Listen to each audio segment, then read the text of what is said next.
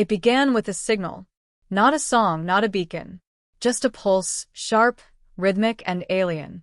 It came from deep space, translated into every language on Earth within seconds by auto-linguistic AIs. The message was simple. Submit or be corrected. Humanity stared at its screens in stunned silence. In Geneva, world leaders convened within the hour. The United Nations Security Council, the World Scientific Consortium, even corporate CEOs, summoned as if this was a global shareholders meeting. In low orbit, satellites captured strange metallic shapes entering the solar system. Unidentified and fast. Too fast. No one could deny it now. First contact had come. Not with diplomacy, but with dominance. The moon's secret. Commander Eva Martinez leaned over the rail of the lunar defense station Athena, gazing at Earth like it was a memory. Below her, engineers scrambled. A recon drone, Zorith in design, had been discovered embedded in a crater. It had been there for decades. Watching. Recording. We were a science fair project, Martinez muttered. Worse, replied Dr. Adi Shah, adjusting his AR glasses. We were a terrarium. Martinez grunted. Guess the lab, Rat spit back. The probe had beamed back decades of human behavior. War, art, climate disaster, renaissance. But what it hadn't caught, what it couldn't, was what made humans dangerous. The ability to adapt, to improvise, and to punch above their weight when cornered. They weren't ants. They were hornets. The Zorith introduction. 3 days after the first pulse, Earth got its answer. A broadcast interrupted every device across the planet. Phones, TVs, implants. A towering, six-eyed being loomed on screen, draped in ornate armor, its voice a mixture of thunder and static. I am Archwarden Kralvek, executor of the Zorith Dominion. You have been evaluated. Your potential for disruption is significant. You will not be permitted to grow unchecked. Submit. Comply. Or be corrected. And just like that, an island vanished. Nuku'ataha, a volcanic, in the Pacific, was vaporized by a single orbital beam. No casualties, no warning. Just obliteration. The Zorith called it a demonstration. Earth responds differently. The world mourned. Then it raged. And then it got creative. Instead of launching missiles or scrambling jets, Earth's defense AI, codenamed Prometheus, infiltrated the galactic comms infrastructure using the very signal the Zorith used to contact them. It was Dr. Shah's idea. You don't kick a god in the teeth. You whisper into their temple and drive them mad. Within 36 hours, Zorith subfleets began experiencing network collapses. Command links were garbled. Their status, HUDs displayed Earth memes. One flagship displayed a rotating image of a middle finger while blasting Beethoven's Ode to Joy. Martinez's Gambit. On day 5, Martinez took center stage. Earth's new mouthpiece. A war tactician in military gray, eyes hard as obsidian, voice sharp as glass. She stood before every camera, her message translated instantly into Zorith binary. We understand you see us as uncivilized. You mistake patience for submission. We've been pretending. So here's your warning. Stop attacking, or we stop pretending to be civilized. Then she smiled, a quiet, dangerous expression that made even world leaders uneasy. Behind the curtain, while the world rallied, Earth's scientists worked in the shadows. The moon probe had been reverse-engineered in secret. Zorith tech wasn't as magical as it looked, it was rigid, rule-bound. Machines obeyed logic. Protocols were fixed. Humanity didn't work like that. Martinez's team embedded viruses in old Mars drones, positioning them as digital mines. Asteroid orbits were recalculated for emergency contingencies. Old Cold War satellites were repurposed to blind Zorith sensors. Deep ocean drones became unexpected signal relays. Earth's strength was its chaos. No centralized command. No unity. But when threatened, that chaos became creativity. The galactic echo. Something strange happened next. The Zorith broadcast system was compromised again, this time not by Earth, but by other species. Snippets of alien chatter leaked into the net. The primitives speak. Zorath loses face. Could they be the ones? Speculative alien social media lit up across the stars. Most species that reached space were cooperative, peaceful, or extinct. Humanity's aggression, when mixed with tech and strategy, made them uniquely terrifying. They weren't supposed to win anything. They weren't even supposed to talk back. And yet, here they were, hijacking signals and issuing threats with poetry and profanity. Dr. Shah's insight. In Geneva, Dr. Shah addressed the council. They don't fear us because of our weapons. They fear us because we're not predictable. To them, order is life. They don't understand improvisation. They don't do emotion. That's our advantage. Emotion is messy, said a Russian admiral. So is war. Yes, Shah replied. But you don't beat a machine by being a better machine. You beat it by being human. An uneasy calm. As the week drew to a close, no new Zorath attacks came. Earth braced for retaliation, but none arrived. Instead, Prometheus detected massive data withdrawal in the Zorath's comm clusters. They were studying Earth now, hesitating, and that was the most terrifying part. Not because Earth had scared them off, but because they were planning something worse. Something careful, precise. Martinez called a private meeting with Shah and President Anders. We've bought time, she said. But it won't last. They're not retreating. They're recalibrating. Shah nodded. They thought we were insects. Now they think we're dangerous animals. Anders looked out the window, watching the aurora flicker. What do you think they'll do next?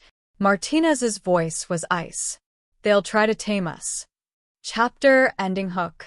Somewhere in the depths of the solar system, invisible to human eyes, a Zorath warship decloaked.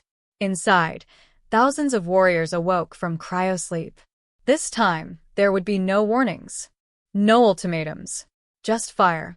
The Zorath called it a pacification fleet. Humanity called it Round 2. 10 ships slipped into the system, riding on silent dark matter sails, scattering radar like ghosts. By the time Earth detected them, they were already in high orbit. No demands. No broadcasts. No more diplomacy. This time, the Zorath came to conquer. The response team. Commander Eva Martinez stood in Earth Orbit Command, staring at the holographic display as the 10 alien ships closed in on geostationary positions. They're testing us, she said. No world destroyers. Just enough to see if we roll over. President Camila Anders, patched in via secure satellite, frowned. You think they're holding back? They want to see how we fight. If we fight, Martinez replied. So we'll show them. On our terms. She turned to her team. Initiate Operation Wasp Nest. Earth strikes back, dirty. There were no lasers. No glorious space dogfights. No sleek starfighters streaking across the sky. Instead, the Zorath fleet ran into garbage. Decades of orbital debris, metal fragments, defunct satellites, micro-junk, was suddenly weaponized. Repurposed with magnetic guidance and railgun-style launchers hidden inside commercial satellites. Hundreds of tiny, fast, unpredictable projectiles tore into the Zorath shields. Then came the decoys, old probes emitting false radiation signatures. The aliens targeted them with surgical precision, wasting energy and ammo on holographic phantoms. In the chaos, Martinez launched whisper teams, spacewalkers in stealth suits who planted nanite bombs on the hulls of the slowest enemy cruisers. It was war by sabotage. War by misdirection. Humanity didn't fight fair. Meet VR Call. On board the Zorath command vessel Juthra's Flame, VR Call, a midcast logistics officer, watched as his consoles erupted in nonsense. Earth songs looping, Earth memes flashing, words in 1,000 languages screaming, "Welcome to Earth" in Comic Sans. This is madness, he whispered in his guttural dialect. He tried to reroute the ship's AI, but the input fields were overridden by something called Clippy.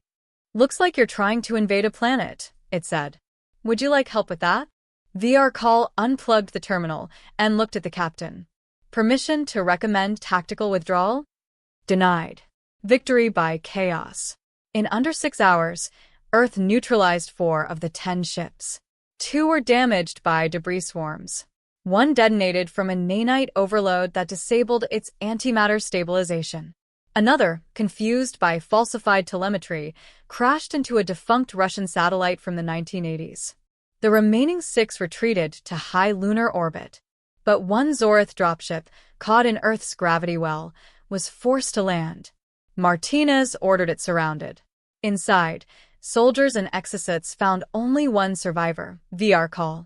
Disoriented. Disarmed. Shaken. First true contact. Dr. Adi Shah arrived at the containment chamber beneath Lunar Station Athena. He was tired, unshaven, and still clutching a half-eaten protein bar. But his eyes lit up the moment he saw the creature sitting behind the energy field. VR call had been silent for hours. Until now. "You are not what we expected," it said. "And you're exactly what we expected," Shah replied, stepping closer. A conqueror who flinches when the prey bites back. VR call tilted his head. "Your species is unstable, uncoordinated. Yet you adapt. Is that cultural?" Shah smirked. "It's survival." VR call blinked. "Then we have aired the cultural gap." Martinez and Anders joined Shah the next day for a closed session debrief. "The Zorith," Shah explained, "are caste-locked. Predictable. They abhor improvisation. Emotion is seen as corruption. Orders come from the top, always." Anders frowned. "So why attack us?" "Because they see us as a virus. Spontaneous. Illogical. Uncontainable. Our unpredictability makes us dangerous." Martinez leaned forward. "Then we weaponize it. The message." As Earth celebrated its first real victory, Martinez stepped in front of the cameras again. "We don't want war. But we won't kneel. We've survived ice ages, plagues, and ourselves. We turned rocks into weapons, atoms into bombs, and junk into orbital death traps. So, here's our final warning. Stop attacking, or we stop pretending to be civilized. We've shown you our restraint. You won't like what comes next." The message was beamed not just to the Zorith, but to the stars. Internal tensions. Not everyone was cheering. Several world leaders demanded that Martinez and her ad hoc command step down. Rogue actions, they called it. Uncontrolled escalation. Anders held the line. "Eva Martinez just saved this planet with repurposed trash and a meme virus. You want someone else in charge? Be my guest when the next fleet arrives." The alliance was fraying. Fear was doing its work. Some wanted peace. Others wanted retaliation. Martinez only wanted time. VR call's change. In his cell, VR call began asking questions. "Why did you spare me? What is Beethoven? Do your soldiers always disobey their commanders and win?" Shah laughed. "Only on good days." Something in the alien's demeanor shifted. Less rigid. Less certain. He watched videos of humans laughing, grieving, improvising jazz. He asked for a book, then another. He was curious. He was becoming dangerous to his own kind. Alien eyes watching. In the void beyond Neptune, a listening post, silent for centuries, blinked to life. Its AI stirred, recording Earth's broadcast, especially the phrase, "Stop attacking, or we stop pretending to be civilized." It flagged the message to its parent civilization. 1,000 light-years away, a species of crystalline philosophers turned their attention toward Earth for the first time in millennia. One whispered in its language of harmonic resonance. "The wolves have shown their teeth." Chapter ending hook. Deep within the Zorith capital vessel, Archwarden Kralvek viewed the battle reports. 10 ships lost or damaged. A captured officer. Human adaptability confirmed. He stood before a caste council of silent, towering figures. "We underestimated the humans," Kralvek said. "They are not vermin. They are chaos given form. They will spread. Infect." The council remained unmoved. "Then eliminate them." 6 days later, the sky burns. The first thing Earth noticed was the blackout. Satellites blinked off, comms dropped, and the global positioning grid went dead. Then the sky lit up. Flashes in orbit. Fires trailing across the upper atmosphere. From the Andes to the Himalayas, the world looked up and realized this was not a test. The Zorith had returned, this time with a purge fleet, hundreds of ships, full planetary subjugation protocols. No more probes. No more ultimatums. Just precision strikes. Global infrastructure collapse. Civilization reduced to cinders, quickly, quietly, completely. And yet, they still didn't understand humans. The last call. Commander Eva Martinez stood atop the battered command dais of the Earth Defense Relay in Iceland, one of the few uplinks still active. Smoke curled from half-melted panels. The power grid fluctuated. Her voice, distorted but determined, was the last thing broadcast across Earth's underground defense networks. To any forces still listening, this is not surrender. This is not retreat. This is our nature. We endure. When fire rains down, we crawl through the ash. When our enemies break the sky, we break their illusions. You want the civilized version of us? It's gone. Now you meet the rest. Then the comms went dark. Phase 1, collapse. The Zorith swept through Earth's upper atmosphere in controlled formation, destroying power grids, spaceports, data vaults, and orbital elevators. They used neutron bursts, disabling electronics without damaging terrain. They wanted a silent conquest, to preserve Earth for exploitation. But with each successful strike, something strange happened. Resistance got stronger, not weaker. In Sao Paulo, improvised EMP slingshots downed a destroyer. In Nairobi, a biohacked plant virus infected the Zoritha's air recyclers. In the Arctic, Earth submarines fired retrofitted ice torpedoes laced with smart nanodust, clogging Zorith mechs like sand in clockwork. Humanity didn't fall. It morphed. VR Call defects.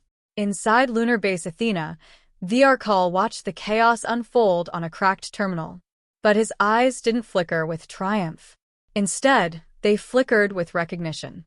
"This is evolution in real time," he whispered.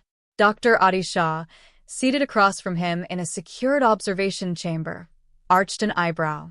"That's one word for it." VR Call leaned forward, hands trembling. "My people can't beat you. Not because you're stronger, but because you're unpredictable, unclean. You build out of garbage. You weaponize emotion. No simulation accounts for that." Shah smiled grimly. "Then help us. Or get out of the way." The hidden archive. Martinez and Shah worked quickly. They accessed Project Labyrinth, a Black Ops contingency buried in the remnants of Antarctica's Ross Ice Shelf. It was a seed vault for human culture, warfare algorithms, tactical thought, and psychological exploits, encrypted, non-digital, stored in analog microfilm and books. Zorith sensors wouldn't even notice it existed. Inside were records of every insurgency Earth had endured. Shah tapped a document with his knuckle. Vietnam. Afghanistan. Somalia. You can't crush resistance when it's decentralized, irrational, and pissed off. Martinez nodded. "Let's teach them the meaning of asymmetrical warfare." Phase 2. Retaliation. Over the next 48 hours, Earth became a nightmare for the Zorith. Sewer systems flooded with nanite swarms. Hydroelectric dams were detonated at precise intervals to cause electromagnetic surges. Entire cities vanished from the Zorith's scanners as optical cloaking nets, built from mylar blankets and hijacked satellite signals, rendered them ghost towns. Human militias fought in silence, passing orders by hand, using drummers and torch relays. Zorith ground forces, trained for clean extermination, were overwhelmed by improvised traps, deceptive terrain, and psychological warfare. One alien commander transmitted in horror. "They are not soldiers. They are creatures in human skin. This is not war. It is a collapse of order." The wolves within. On the battlefield, something had changed in Martinez. She no longer gave speeches. She no longer flinched when soldiers died. She had become what the Zorith feared, a leader willing to unleash humanity's worst to protect its best. During an ambush in Greenland, Martinez personally led a squad of neural net jammers into a Zorith command crawler. They took it intact, hacked its memory core, and broadcast its data to every resistance cell on Earth. It was filled with contempt. Zorath logs referred to humanity as biological anomalies, emotional disruptions, and potential viral entities. It was a genocide plan, clinical, detached, final. She uploaded it to Earth's net, made it public, and overnight, the resistance exploded into fury. The breakpoint. In orbit, the Zorath fleet detected something terrifying. Radio silence. Earth wasn't broadcasting. That meant either the species had been annihilated, or they were about to do something very, very stupid. And that's when the ISS Wakefield, a decades-old research station long thought abandoned, lit up like a star. Dozens of nuclear cores, all jury-rigged into an improvised propulsion spike, fired directly into the heart of the Zorath flagship cluster. The explosion didn't just cripple the fleet, it tore open space-time for 0.2 seconds. Enough for Earth scientists to realize, oh, that can happen. The Zorath called it madness. Humans called it Tuesday. VR Call's choice. Back on Athena, VR Call stood with Shah as the sky burned. I never understood why your kind is feared. We thought you were beasts. We were wrong. He removed his caste crest, an act of treason among his people. I will send a message to the Dominion Council, but they will not listen. Their minds are locked in structure. Shah looked at him, then say something they don't expect. VR Call nodded slowly. That you are no longer prey. The message that shook the stars. VR Call, now fully defected, hacked into the Zorath's quantum subspace relay. He transmitted in full public channel, open to every species in the known galactic network.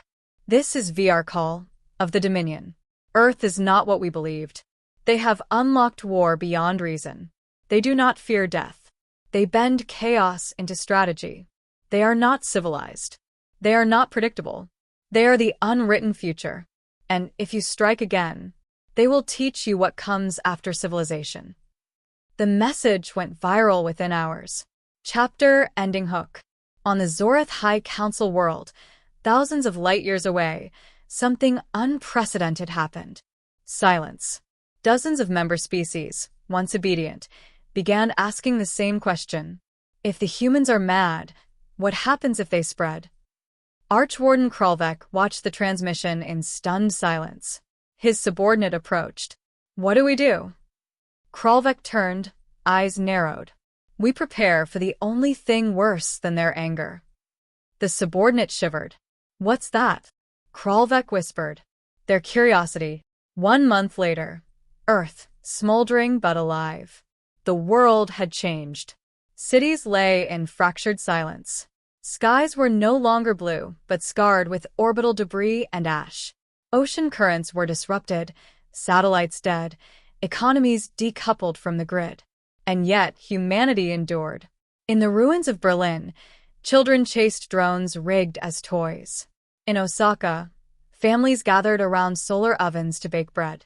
In Nairobi, elders told stories under blackout skies, powered by laughter and biolanterns. Martinez watched from the shattered control tower of Earth Defense Relay 1, her reflection caught in the broken glass. Behind her, an officer said, "They're calling us something new, ma'am." Martinez didn't turn. "What's that?" The officer smiled grimly. "The apex species. Zorath, fractured empire." Aboard the Dominion capital station orbiting Zorax Prime, Archwarden Kralvek presided over a council no longer unified. The VR Call broadcast had gone viral, archived, translated, dissected. Worse, it resonated. Some member species began to dissent. Others openly questioned the Zorath caste doctrine. A few defected to neutral coalitions. The Dominion was not merely shaken. It was contaminated, not by Earth's weapons, but by its ideas. Chaos is contagious, one diplomat whispered in fear. Kralvek's eyes burned with fury. Then we must end the infection at its source. Humanity's choice. In Geneva, what was left of Earth's leadership gathered in a scorched UN hall with solar-powered floodlamps and folding chairs. Martinez stood at the front. "We are no longer hiding," she began. "They've seen what we are. And now we decide. Do we rebuild in peace? Or do we show the galaxy what happens when Earth stops playing nice? A silence followed, then a voice from the back. We're already at war. We just haven't left the planet yet. Murmurs of agreement. Angry nods. But others hesitated. President Anders, pale and exhausted, stood beside Martinez. Our strength is our unity. If we fight together.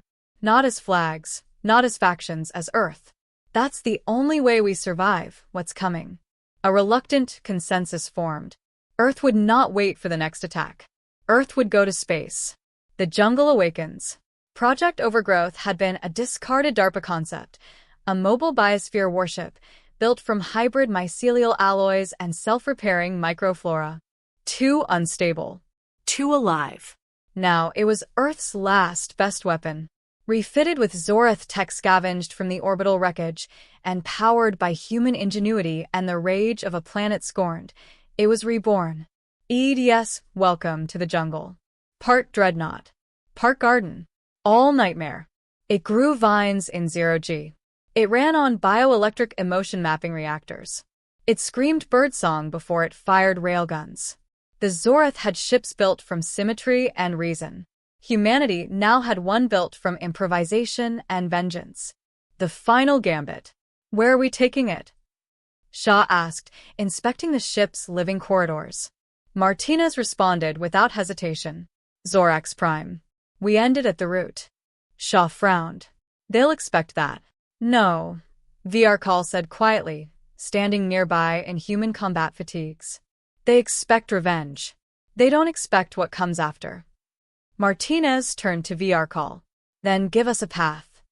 VR laid out the plan, not to destroy Zorax Prime, but to broadcast directly to the Empire's caste-locked infrastructure, forcing every citizen to see, hear, and feel what Earth had endured.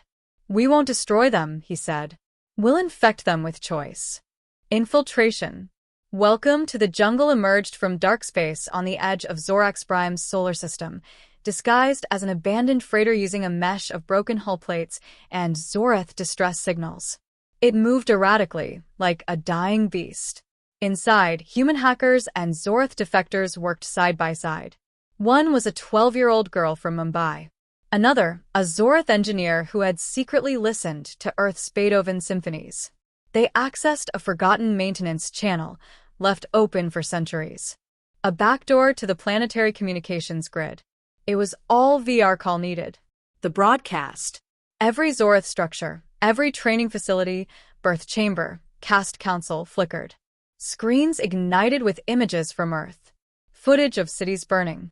Parents covering children in the rubble. Resistance fighters giving their lives for a few seconds of freedom. Music. Laughter. Art. Martinez's speech. You think us savages. But you're the ones who kill to preserve your order. We fight because we know what chaos brings. It brings truth. Then the feed changed. VR, alone, stared into the camera. They showed me who I could be, not what I was born to be. Your order is not peace. It's stagnation. Earth is not a threat to your empire. It's a mirror. Revolt. Across the Dominion, chaos bloomed like fire on dry leaves. Lower castes shut down production. Engineer castes began sharing designs in open forums. Some worlds declared neutrality. A few asked to speak with Earth. The Zorath Council tried to jam the transmission, but Welcome to the Jungle's biocore kept reshaping its signal, like a tree regrowing from every severed branch. Finally, Kralvek, furious and cornered, did what dictators always do. He launched a doomsday weapon. Doomsday intercepted. From the core of Zorax Prime, the Zorath fired the Starklever, a relativistic beam meant to split Earth's moon in half, destabilizing the tides and plunging the planet into ruin. It never arrived. 3 human-engineered satellites, powered by prototype gravity slip drives, intercepted the beam. They weren't fast enough to survive, but they bent space just enough to redirect it. The beam grazed Welcome to the Jungle. The ship howled like a wounded animal, its walls rippling, vines withering, and then it stabilized and fired back. A single antimatter torpedo, shielded by growing coral armor and launched from a living cannon, struck the Zorath orbital defenses. They crumbled. Earth's last word. From orbit above Zorax Prime, Martinez transmitted her final message, not just to the Zorath, but to everyone listening. We came to show you that we're not what you think. You mistook mercy for weakness, compassion for frailty. We are Earth. We laugh in the face of extinction. We build cathedrals from scrap and symphonies from pain. We bleed, we break, we burn, but we always rise. And we're done hiding. A pause. Then the final line. So, to the stars watching, you're either with us or in the way. Epilogue. 10 years later, a monument stands in the ruins of the old UN building. Not to the fallen, not to the victors, but to possibility. Humanity now leads a loose coalition. Species who once feared Earth now learn from it. Not because of conquest, but because of what came after. Shaw teaches diplomacy in orbiting schools. VR Call leads a council of hybrid governance, half Zorath, half human, fully unexpected. Martinez? She vanished. Some say she lives aboard Welcome to the Jungle, now grown into a self-sustaining ecosystem near Proxima Centauri, protecting Earth from afar. Others believe she died long ago. But when the stars whisper of Earth, one phrase echoes across the void. Don't poke the humans.